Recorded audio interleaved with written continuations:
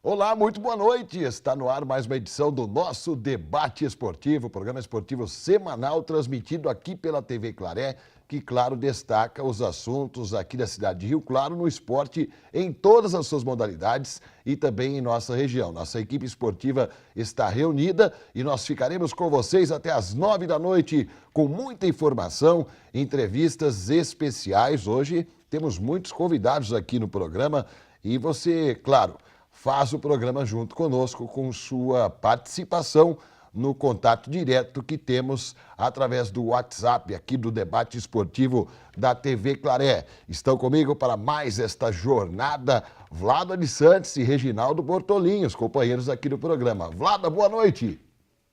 Oi, Ivo, boa noite a você que vai ficar juntinho com a gente até às 9 horas, ao vivo, aqui pela TV Claré, para Rio Claro e toda a região.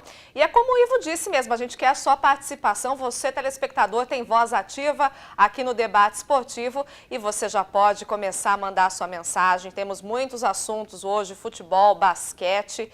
Então o nosso WhatsApp, o nosso número é o 99464 4958. Mande a sua mensagem. Não esqueça, viu, gente? Mande o seu nome, o seu bairro também, para a gente poder mandar um abraço para você que está prestigiando o nosso programa nesta noite de segunda-feira, início do mês de junho. Agora as coisas começam a andar novamente no esporte aqui da cidade de Rio Claro.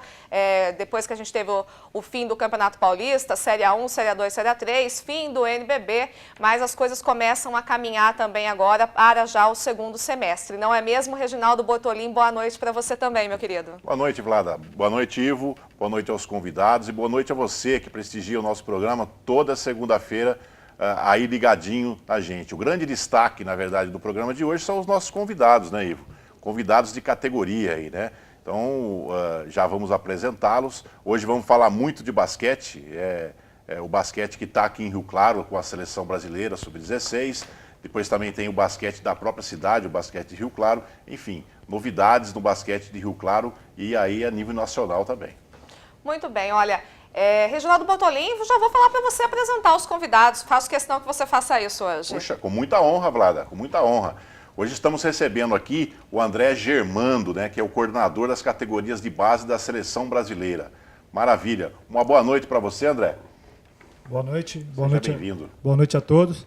É um prazer participar do programa, é um prazer estar em Rio Claro junto com a seleção brasileira.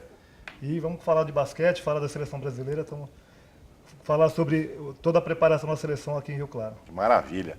Quero também dar o meu boa noite ao Daniel Guedes, que é lá diretor de esportes do Clube de Campo. O Clube de Campo que está dando toda a estrutura, a infraestrutura para o basquete sub-16 para poder treinar, né, aqui em Rio Claro. Uma boa noite para você, Daniel. Boa noite, Reginaldo. Boa noite a todos. Muito obrigado pelo convite, mais uma vez estar participando desse programa. É um prazer a gente poder estar conversando e com o André presente, representando a seleção brasileira, Rio Claro recebendo de braços abertos, o Clube de Campo, em parceria com a Prefeitura Municipal, conseguiu trazer esses garotos para poder fazer a sua preparação para a Copa América. Para nós é só motivo de orgulho e de alegria. Estamos aqui prontos para poder conversar com vocês. Que maravilha. O André, além de ser coordenador da seleção brasileira, né, das categorias de base, ele também é assistente técnico lá do Guerrinha, né? É isso, né? De Bauru.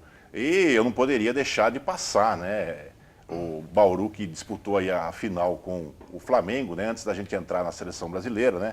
O Bauru que fez uma temporada fantástica, apesar de ter ficado com o vice-campeonato da NBB, né? Ganhou 4 títulos e a vaga mundial, fez recordes fantásticos, foi o primeiro na classificação geral, porém não conseguiu bater o Flamengo. A gente aqui até torcia para que um paulista, né, quebrasse essa hegemonia, né, Vlada? A torcida estava né, grande mesmo, grande, viu? Né, para quebrar essa hegemonia, né, mas infelizmente não conseguiu.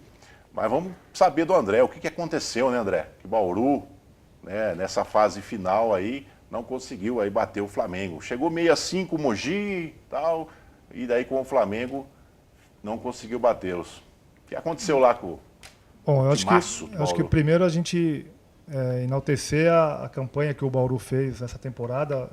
Um grupo foi formado praticamente em setembro, os jogadores que vieram de seleção brasileira, mais os jogadores que já estavam em Bauru, e já entraram chegaram na mesma semana já jogando, tanto é que a estreia de alguns jogadores foi até aqui em Rio Claro, do Alex, do Rafael. Chegaram numa segunda-feira, na quarta-feira já tinha os jogos do playoff do Campeonato Paulista. E um grupo que conseguiu resultados muito rápido, porque a gente fala que houve uma química, né, entre os jogadores, entre comissão técnica, e um ano, assim, uma temporada espetacular, né? A gente, mesmo não nas finais, nos 2 jogos das finais, a gente não conseguindo alcançar o objetivo que era ser campeão, e até sabendo, todos os jogadores e a comissão sabendo que não jogamos da forma que a gente jogou durante a temporada, mas enalteceu o trabalho que nós tivemos durante a temporada, os títulos conquistados, e ainda o que vai vir pela frente, porque temos o Mundial, já agora no segundo semestre, e um time que vai jogar junto por mais algum tempo, porque os jogadores, todos eles com a maioria com contrato longo, que foi um dos objetivos que a diretoria de Bauru teve, de manter o time por bastante tempo, e a gente continuar sabendo que temos coisas para melhorar, muita coisa para a gente trabalhar durante essa pré-temporada nossa e o início da temporada do Campeonato Paulista, pensando novamente em Mundial, Liga Nacional, Liga das Américas, a gente vai ter esses compromissos na próxima temporada. Acho que só uma coisa interessante que o André falou, né, Ivo, é que os jogadores vão continuar. Isso eu acho que faz parte de todo um processo. É o que a gente às vezes cobra aqui, né? O jogador vem, joga por uma temporada e vai embora. Aí se forma um outro time, né? Então isso realmente, Bauru fez um contrato um pouco mais longo para que o time entrasse num planejamento e conseguisse resultados como vem conseguindo, né, André?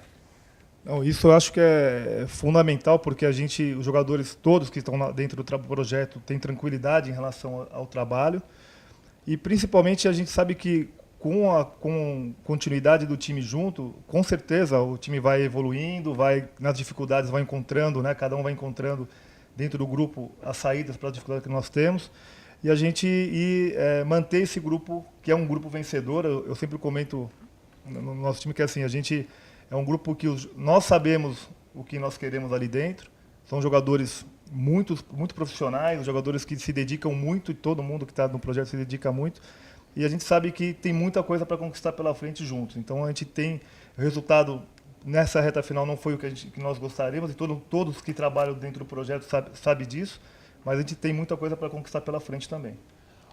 Boa noite aos nossos 2 entrevistados aqui no estúdio, né? O André, o Daniel, bem-vindos ao nosso programa.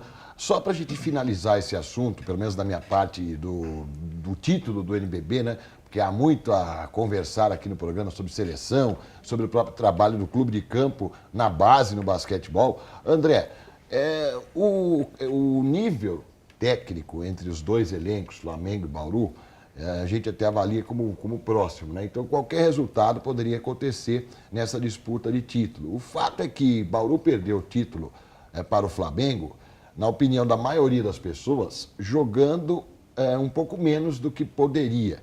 E aí eu ouvi atentamente as explicações do Guerrinha depois da segunda derrota. E no fim da entrevista dele, ele disse: olha, bem na verdade, nós queríamos enfrentar o Flamengo, fazendo um jogo nível Flamengo, tentamos, mas não conseguimos, e para simplificar, faltou abacaxi para o nosso time. No meu tempo de futebol, quando a gente falava que faltava abacaxi, sabe, gás, preparo físico, sei lá, mas eu não entendi o que o Guerrinha quis dizer especificamente com essa expressão. Bauru caiu de produção na hora errada no campeonato, e se caiu por quê, né? Não, eu não acho que... Eu acho que são somatórias de situações que a gente pode colocar. Eu não acho que preparação física, muito pelo contrário. Nós tivemos uma temporada muito longa, onde uma equipe jogou campeonatos como o Campeonato Paulista, que é extremamente competitivo. Liga Sul-Americana, Liga das Américas, né, jogos regionais, que a gente não pode deixar de lado, que participam times importantes também da Liga Nacional, e o campeonato, a NBB. A NBB é um campeonato muito duro, né? Nós encontramos equipes duras, equipes que também desenvolveram muito durante a competição, e eu acho que todas elas foram... Nós começamos o campeonato com um nível muito alto de aproveitamento e de conquistas, e isso criou uma situação porque parecia que a gente iria ganhar com facilidade, e a gente sabe que não é, porque todos estão trabalhando para fazer o melhor. Então eu acho que é uma somatória de situações, muito também que eu acho pelo o excesso de competições que nós tivemos dentro do nosso calendário, que também a gente pode dizer que quem está dentro do projeto, jogando numa equipe competitiva como o Bauru, que quer atingir esse nível de competição, são coisas que nós vamos ter que passar na próxima temporada também, né? Então a gente tem que continuar no trabalho, alinhar as coisas que nós temos que alinhar em todos os aspectos, técnico, tático, físico, para a temporada que vem fazer uma temporada no mínimo igual, mas querendo fazer o melhor e conquistar os títulos que a gente tem pela frente. Só complementando isso que você falou, Ivo, que eu também acompanhei essa declaração do técnico Guerrinha, e na sequência, para uma emissora de TV, o repórter até fez esse questionamento para o Alex, né? Ele disse para o Alex, olha, o Guerrinha disse que faltou um pouco de gás aí talvez no time, né? E o Alex simplesmente respondeu para ele, falou, eu não acredito que faltou gás, eu acredito que faltou um pouco de inteligência para as jogadas. Foi a declaração que o Alex deu. Vamos colocar que o basquete é um esporte que a exigência, eu sempre comento isso, é uma exigência muito alta em todos os aspectos. Técnico, tático, físico, cognitivo, né, e psicológico. Então, se você pegar todos os fatores, isso que vai elevar um nível de um time a jogar um alto nível. Então, eu acho que cada um, dentro alguns jogadores, a gente não pode falar que os jogadores, fisicamente eu posso adiantar, porque assim, eu trabalho dentro do projeto, a gente sabe que fisicamente o time sempre teve, com bom desempenho de parte física. Parte cognitiva, então assim, eu acho que tem um pouco de cada situação que a gente poderia fazer, assim, poderia dentro até da competição, com as dificuldades que a gente vai encontrando e evoluindo também. Mas a gente não pode esquecer que nós jogamos contra o Flamengo, que foi uma equipe que passou por problemas também lá atrás, quando nós jogamos a Copa América, por exemplo, passou por momentos de dificuldades e teve tempo ainda para poder se desenvolver e melhorar alguns aspectos para poder chegar numa final. E jogamos contra a equipe que foi excelente, vamos colocar. Chegou no seu auge na final do campeonato e fez 2 partidas excelentes. Não deu. Eu até comentei antes aqui com as pessoas que a gente teve 3 momentos muito ruins durante o jogo. Foi o final o começo do jogo lá no Rio, o final do primeiro tempo, que é onde eles abriram uma vantagem, e depois no começo do terceiro quarto. Os 2 jogos muito parecidos, essa situação. E aonde o Flamengo se sobressaiu com a gente em contra-ataques, com alguns erros que nós cometemos em contra-ataque. Então, são coisas do jogo, são coisas que acontecem no momento do jogo, detalhes do jogo de basquete, que nesse nível de competição, a hora que a gente erra, a gente paga dentro da quadra mesmo. E eu fico muito satisfeito, viu, Reginaldo? Desculpa, de ouvir essas explicações do André, principalmente com relação à parte física, porque eu fiquei até meio aborrecido que alguém interpretasse dessa maneira. A gente até projetou algo com relação à sobrecarga mesmo na equipe de Bauru, por uma série de fatores que tenha ocasionado essa queda de rendimento, mas se alguém interpretou como algum problema de ordem de preparação física, eu ficaria muito chateado, porque nós temos, inclusive, um Rio Clarense na comissão técnica de Bauru, que é o nosso amigo estimado Bruno Camargo, um profissional competentíssimo, né, que desenvolveu-se na carreira de uma maneira espetacular, e fica a explicação de que não é questão de preparação física, e sim fatores que geraram um desgaste na equipe de Bauru. Ivo, eu digo que o Flamengo estava no melhor momento, pelo menos agora, né? Nessa fase final. Durante a semana nós não tivemos lesão dessa equipe, a gente teve uma lesão com o Jefferson, foi uma lesão que aconteceu que já afastou ele do final da Liga das Américas, então foi outro tipo de lesão. Não tivemos nenhuma situação de lesão muscular, nada que pudesse falar assim, ó, nós estamos tendo alguma coisa muito. O Bruno, você citou o Bruno é uma pessoa muito competente, além do profissional, um amigo, um cara que trabalhou comigo já em seleções brasileiras de base, antes de ir para Bauru. Então ele é o controle de carga dentro do treinamento, dentro dos jogos, tudo assim de altíssima qualidade. Nós tivemos um trabalho de preparação física excelente durante a temporada. Maravilha. Bom, acabou, né? Acabou o campeonato, vamos falar de seleção um pouquinho, né? A seleção está aqui, falamos bastante de Bauru aí, da final. Ô Daniel, eu queria perguntar para você o seguinte, como é que foi formalizada essa vinda da seleção Sub-16 para cá? Qual foi o processo para o Clube de Campo, né, e Rio Claro, né, também, através da Prefeitura, que está ajudando também bastante nisso? Como é que foi feito esse processo para que a seleção viesse para cá? Tem tantos lugares, né, e de repente veio para Rio Claro. Isso foi uma surpresa muito grata para a gente, né? Passa inclusive por esse vocês estavam falando do preparador físico, né? O André, conversando com o Bruno, pela informação que eu tenho, que o André pode confirmar, eles pensavam em levar para Bauru. E Bauru, por um momento, não poderia estar atendendo às necessidades que a seleção tinha. Então entraram em contato conosco aqui em Rio Claro, e nós já estamos com essa parceria com a Prefeitura, e nós procuramos ver como é que nós poderíamos atendê-los da melhor forma possível.